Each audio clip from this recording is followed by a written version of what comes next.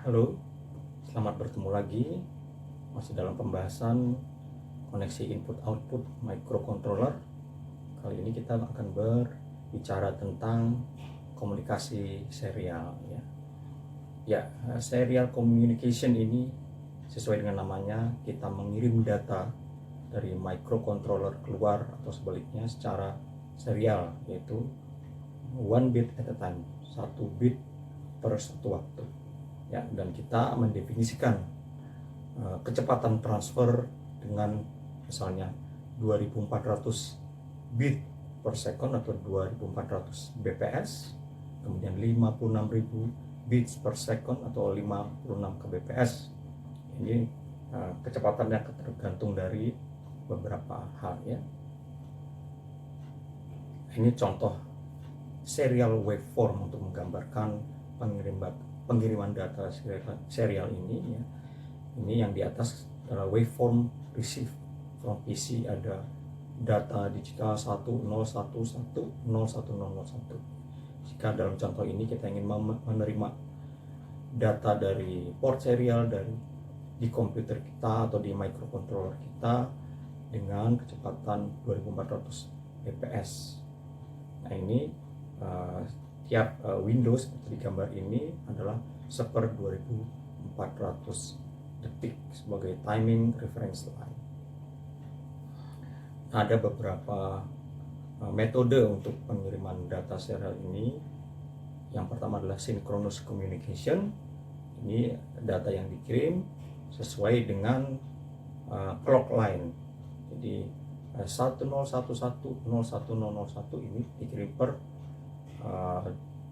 seper data rate detik ya, atau tadi misalkan 2400 ya, satu data atau satu bit dikirim per 1/1200 second atau clock line-nya ya. Kemudian ada juga asynchronous communication. Hanya dalam komunikasi asinkronus ini, pengirim dan penerima menentukan data rate sebelum komunikasi ya. Mereka menentukan sinyal yang digunakan berdasarkan start dan stop transmisi data ya. Both sender and receiver, kedua sender dan receiver ini menggunakan precise timing reference internally ya, referensi waktu yang presisi secara internal untuk membagi serial data menjadi bit-bitnya ya. Ini dasar-dasar dari serial communication. Pertama ada istilah baud rate ya.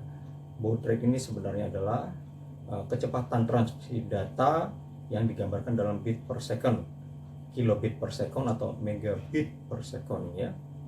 Nah, the sender dan receiver menentukan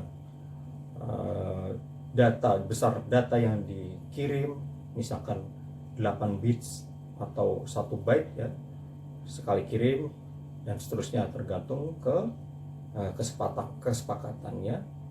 Nah, sebelum data dikirim, sebelum transmisi data dimulai, ada satu bit khusus yang disebut dengan start bit, bisa 0 atau 1, dan sebaliknya juga setelah selesai data dikirim ya, ada yang disebut dengan stop bit yang menyatakan bahwa data sudah selesai dikirim dalam satu rentang tertentu ya. Stop bit ini bisa juga 1 dan 0 ya. Ini contoh gambar tadi, gambaran dari start bit dan stop bit. Yang start yang di sebelah kiri yang merah 0, ini untuk transmisi 1 sampai dengan stop bit, yaitu logic 1 yang ditandai merah ya. Jadi transmisi 1 termasuk di dalamnya adalah datanya sendiri atau word 1 ditambah dengan start dan stop bits ya. Nah, ada juga yang disebut dengan error detection ya, untuk transmisi data. Yang paling umum digunakan parity ya. Parity ini untuk mengecek apakah data yang dikirim ada error atau tidak. Ada dua jenis, even parity dan odd parity. Even adalah genap ya, odd adalah ganjil ya. Misalnya kita ingin mengirim data sepanjang 8 bit atau 1 byte ya, Misalnya datanya 1001 1101. Nah, di situ ada 5 angka 1 dan 3 angka 0 ya. Jadi ya ada jumlah 1 sebanyak ganjil dan jumlah 0 juga sebanyak ganjil. Dan ini metode parity yang digunakan bisa misalkan parity-nya parity genap. Jadi parity genap akan memastikan jumlah data 1 ini jumlahnya genap. Karena tadi jumlah data 1 ada 5, maka akan ditambah 1 bit lagi, yaitu berisi angka 1, sehingga memenuhi persyaratan even parity bit ya. Nah, ini contoh secara gambaran overview dari parity bit ya. Misalkan ada 8 bit yang dikirim 1 sampai 8, kemudian ada start stop di kiri dan kanan ya, dan diselipkan 1 parity bit di setelah angka 8 sebelum bit stop ya. Kalau odd parity dia akan menjaga jumlah angka 1 yang dikirim itu menjadi ganjil ya.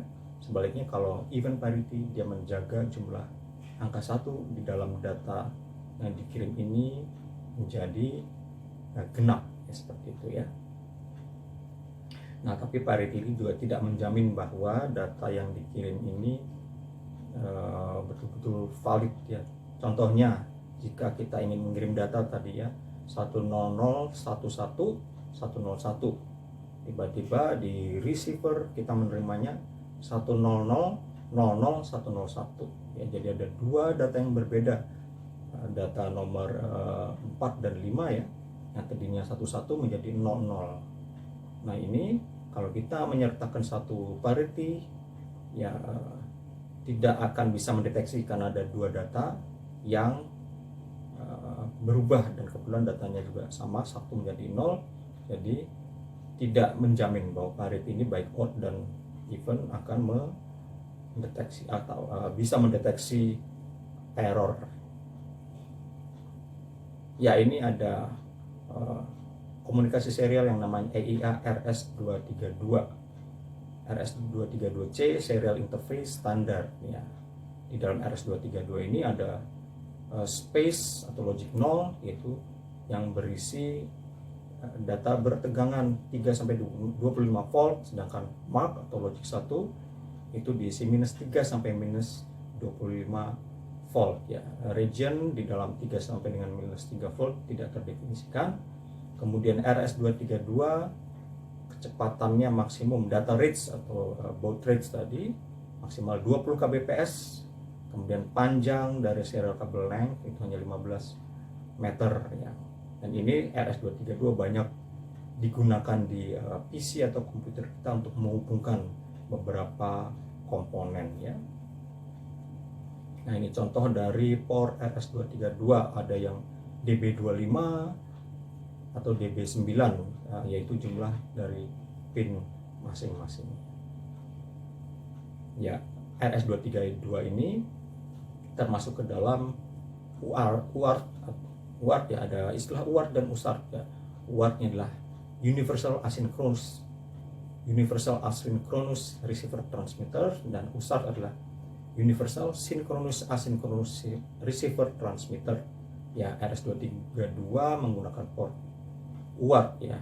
Sebenarnya UART receive dan mengirim data ke microprocessor melalui data bus ya. The remaining part of signal, bagian sisanya dari sinyal di komunikasi RS232 juga menggunakan UART seperti misalkan start bit, stop bit, parity dan seterusnya. Ya, dan ini adalah contoh alamat port dari serial part ya, di dalam misalkan di dalam suatu komputer ya. Ada beberapa port serial COM1, COM2, COM3, COM4 ya. Addressnya 3F8, 3FF untuk COM1, untuk COM2 2F8, 2FF dan seterusnya, dan IRQ-nya ini untuk COM1 di 4, COM2 di 3, COM3 di 4, dan COM4 itu di IRQ 3. Terima kasih.